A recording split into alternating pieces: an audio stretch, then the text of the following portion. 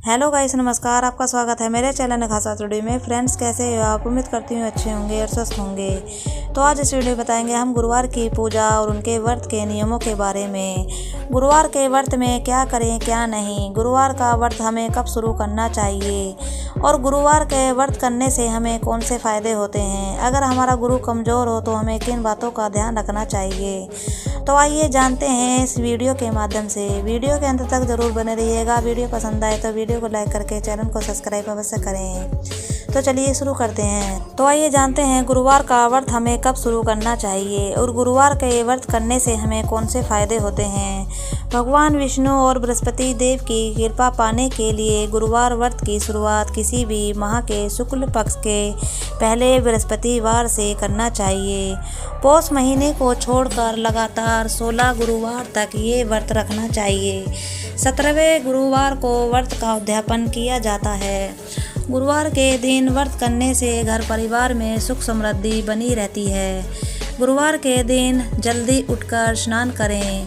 केले के पेड़ में हल्दी मिश्रित जल डालें। 7, 11, 16 या 21 कितने व्रत करने हों उसका संकल्प कर लें। भगवान को गुड़ और चने का भोग लगाएं। गुरुवार व्रत की कथा को पढ़ें और आरती करें। दाढ़ी, नाखून या नया कपड़ा नहीं काटें। साबुन का प्रयोग भी नहीं करना चाहिए। नमक का पोछा ना लगाएं। जो भी इंसान गुरुवार का व्रत रखते हैं उस जातक की कुंडली का पितृ दोष समाप्त हो जाता है। गुरुवार का व्रत रखने से कुंडली में यदि अल्पायु योग है तो वह समाप्त हो जाता है। गुरुवार का व्रत रखने से भाग्य के द्वार खुल जाते हैं। गुरुवार का व्रत रखने से धन संबंधी समस्याएं समाप्त हो जाती हैं। गुरुवार का व्रत रखने से विवाह में आ रही अड़चनें दूर होकर आसानी से विवाह होता है और वैवाहिक जीवन में सुख मिलता है। गुरु ही लंबी आयु भी प्रदान करता है, अतः गुरुवार करना जरूरी है। उथली व छिछली मानसिक वाले व्यक्तियों को बृहस्पति को उपवास अवश्य करना चाहिए। गुरुवार का व्रत रखने से शिक्षा में आ रही बाधा दूर हो जाती है और पढ़ने में मन लगता है। गुरुवार का व्रत रखने से जातक मान सम्मान और उच्च पद प्राप्त करता है। गुरुवार का व्रत रखने से जीवन में सुख समृद्धि, शांति, पाप से छुटकारा मिलता है और पुण्य का लाभ प्राप्त होता है। अगर आप सभी दुखों से छुटकारा पाने के लिए गुरुवार के व्रत करते हैं तो भगवान विष्णु को शीघ्र प्रसन्न करने के लिए ये उपाय जरूर करने चाहिए। भगवान विष्णु की कृपा प्राप्त करने के लिए गुरुवार के दिन पानी में 1 चुटकी हल्दी डालकर स्नान करें और पीले रंग के कपड़े पहनें। भगवान विष्णु को शीघ्र प्रसन्न करने के लिए गुरुवार के दिन किसी ऐसे मंदिर में जाकर जहां पर भगवान विष्णु की प्रतिमा हो, वहां पर गुड़, चने की दाल, केसर और पीले रंग का कपड़ा चढ़ाएं। यदि भगवान विष्णु का मंदिर ना मिले तो आप उनके अवतार भगवान श्री कृष्ण को भी यह सभी सामग्री चढ़ाकर उनका आशीर्वाद मांग सकते हैं। पीपल के पेड़ में भगवान विष्णु का वास माना जाता है। ऐसे में गुरुवार के दिन पीपल पर मीठा जल जरूर चढ़ाएं।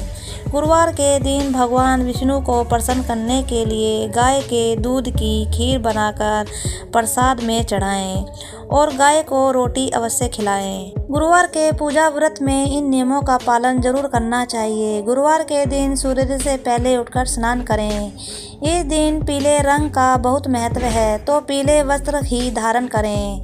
भगवान विष्णु का ध्यान करें और व्रत का संकल्प लें। भगवान विष्णु को चंदन लगाएं। ये पीले फूल अर्पित करें। भगवान विष्णु को गुड़ या चने की दाल का भोग लगाएं। किसी पीले रंग की मिठाई का भोग भी लगा सकते हैं। विष्णु के मंत्रों का जाप करें।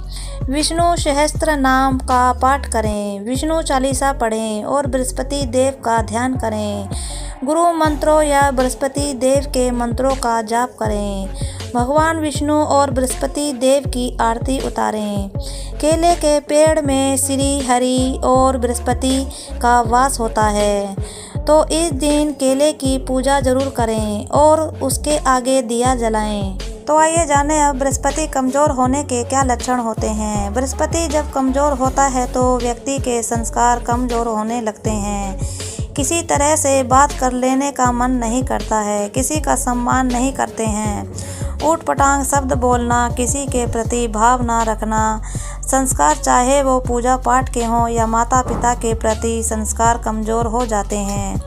विदा धन प्राप्ति में बाधा आती है, विदा नहीं मिल सकती है। आप बुद्धिमान हो सकते हैं लेकिन विदा नहीं मिलती है। पढ़ाई लिखाई ज़्यादा नहीं होती है, धन प्राप्ति में बाधा आएगी और बड़े बुजुर्गों का सहयोग पाने में मुश्किल आएगी।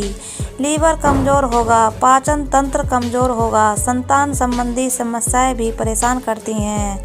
निम्न कर्म की ओर सुझाव रखता है, बड़ों का सम्मान नहीं करते हैं।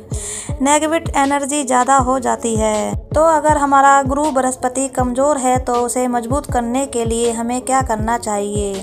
केसर में थोड़ा पानी या दूध मिलाएं, इसे अच्छी तरह से मिलाकर पेस्ट तैयार करें और फिर इसका लेप माथे पर लगाएं। तिलक हमेशा अनामिका उंगली से लगाना शुभ माना जाता है, इसलिए इसी उंगली का इस्तेमाल करें।